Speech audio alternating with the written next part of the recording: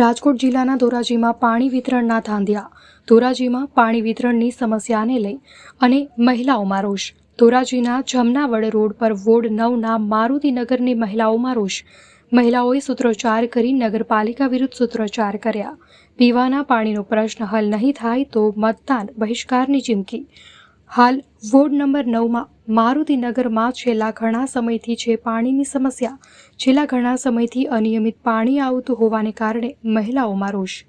અહેવાલ વિમલ સોંદરવા, લોકાર્પણ. નથી કોઈ આઈને પણ અમારે કામ થવા જોઈએ અને કામ એવા થવા જોઈએ કે એટલા પ્રચાર ન કરવો પડે. ચૂંટણી હોય તોય ધીરે ધીરે કહેવા આવે કે અમે આવીથી મત દેવા, પણ અટાણે તો અમને મતનો જ વિરોધ છે. હું કે અમારે કામ થતા નથી કોઈ દી અને મન પડે તે પાણી આપે છે. પાણી 8 દે 10 દે, કોઈ 11 વાગે રાતે, કોઈ 12 વાગે. આવા વૃદ્ધ માણસો ધીરે ધીરે ભીખવા જાય છે. પાણી ડોલું લઈ લઈને ધીરે ધીરે ભીખવા જાય છે.